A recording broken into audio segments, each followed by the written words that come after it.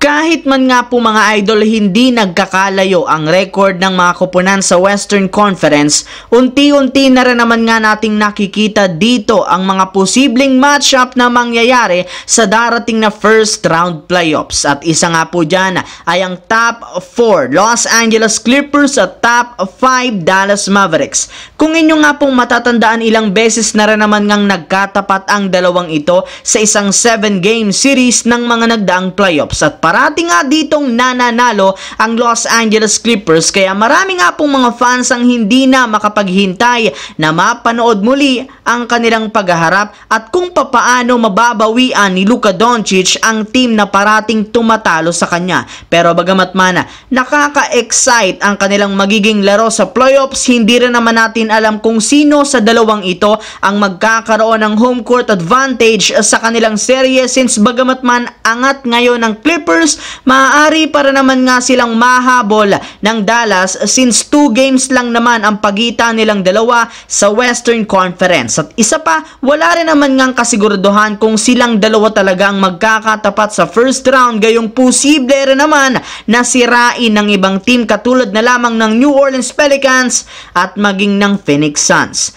And speaking of Phoenix Suns mga idol, bagamat man impressive ang pagkapanalo nila sa kanilang huling game sa New Orleans Pelicans, marami para naman ngang problema ang kanilang team, lalo na sa kanilang lineup. At isa nga po dyan ay ang kakulangan ng matinong point guard sa kanilang backcourt. Ayon nga po sa isang analyst, aminin man nga natin sa hindi ng Phoenix Suns, hindi rin naman legit na point guard ang role ni na Bradley Beal at Devin Booker, since mas prioridad nga nila na gumawa ng puntos kesa gumawa ng plays na siyang trabaho rin naman ng isang point guard. Kaya isa nga yan sa mga dahilan ng kanilang mga pagkatalo, lalo pat nakukulangan ng Suns sa ikot ng bola, plus hindi rin naman nga nila naaalagaan ito ng maayos sa tuwing sila ang may hawak nito. Kaya hindi na nakapagtataka bakit napaka-inconsistent nila at hindi pa rin naman nila kayang magkaroon ng sunod-sunod na panalo sa mga natitirang laro, na siyang isa ngayon sa mga problema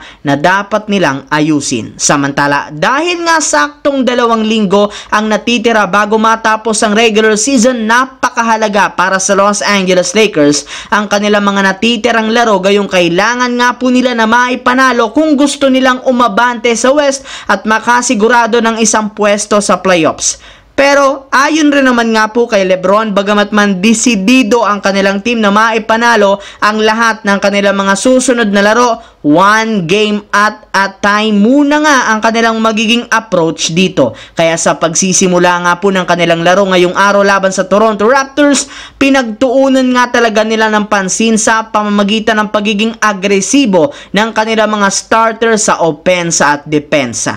Yes mga idol, wala nga silang sinayang na oras at agad nga po nilang ipinakita ang kanilang puwersa. Maging si LeBron James ay gigil na pagdating sa paggawa ng mga plays at pagtatala ng puntos kasama si Anthony Davis. Pero syempre, hindi rin naman nga agad nagpatalo dito ang Raptors, gayong gumawa rin naman sila ng paraan upang makasabay. Ngunit sadyang hindi pa rin naman nila kinaya ang Lakers na parati silang na-outplayed sa kalagitnaan ng laro matapos ipagpatuloy ni LeBron James ang pag-take over. At matapos mag-step up ang ilang mga teammates, nagkaroon ng mainit na shooting na siyang naging dahilan bakit nasungkit nila ang ika-43 wins ng kanilang team. So yun lamang mga idol ang ating bagong video. Once again, this is your J-Zone TV. Huwag kalimutang mag-like at syempre mag-subscribe, pindutin ang notification bell sa akin channel para lagi kayo maging updated